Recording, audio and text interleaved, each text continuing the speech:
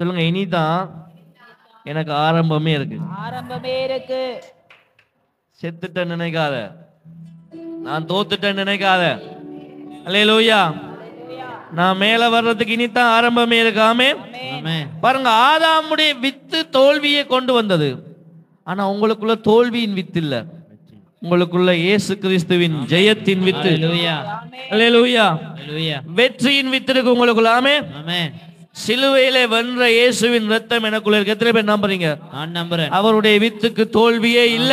வித்துக்கு தோல்வி இல்லை. கடைசி வரைக்கும் தோக்கவே இல்லை அவர். ஹல்லேலூயா. நான் 3ஆம் நாள் உயிரோட வருவேன்டான்னாரு.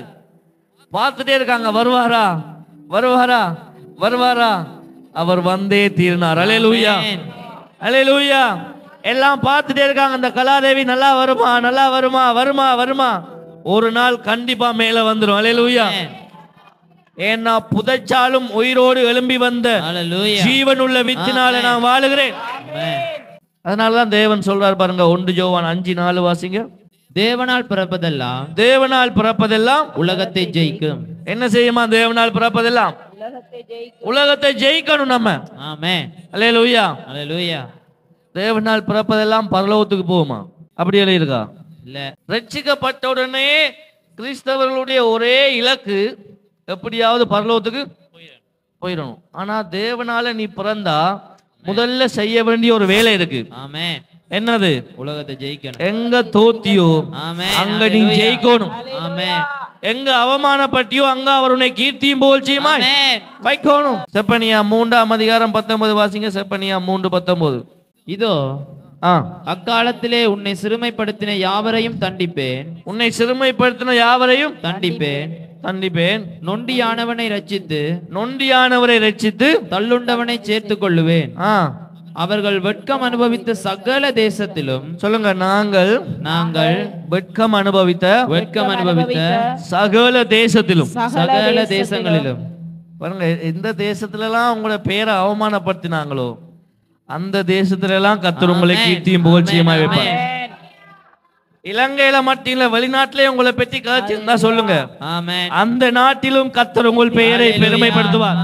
நீ வெட்கம் அனுபவித்த எல்லா இடத்திலும் அவர் உன்னை கீர்த்தியும் எப்படி இருக்கு அனுபவித்த சகல தேசங்களிலும் அவர்களுக்கு புகழ்ச்சியும் கீர்த்தியும் உண்டாக செய்வேன். நீங்க எங்க எல்லாம் வெட்கத்தை அனுபவிச்சீங்களோ அங்கெல்லாம் உங்களுக்கு புகழ்ச்சி உண்டாகணும். ஆமென். புகழ் வரணும். புகழ் என்றா என்ன? என்ன புகழ்ச்சி கீர்த்தி என்றா என்ன? யாரு பேரா? உங்களை பற்றி பெருமையா பேசணும். ஆமென். இல்ல அந்த கலாதேவி இல்ல, இது புதிய கலாதேவின்னு சொல்லணும். ஆமென். இது அந்த யசோ இல்ல, அங்க இங்க ஓடி திரிஞ்ச யசோ இல்ல, இது இப்ப வேற யசோன்னு சொல்லணும். ஆமென். நம்மட வாழ்க்கையை பார்த்து தான் இந்த கிராமமே ஆண்டவருக்கு வரப்போன்னு சொல்றேன். நீங்க சொல்லி சொல்லி நம்ப இல்ல, சொல்லி சொல்லி யாருமே வாயில வடை சுட்டா ஒருத்தருமே நம்ப மாட்டான். வடையை கொண்டே கையில கொடுத்தாதான் நம்புவான். ஆமென். வடை இருக்கு வாங்கோண்டு ரோட்ல இருந்து கத்திட்டுனா சரி, அம்மா வடையை காட்டணும் உனக்கு. அல்லேலூயா.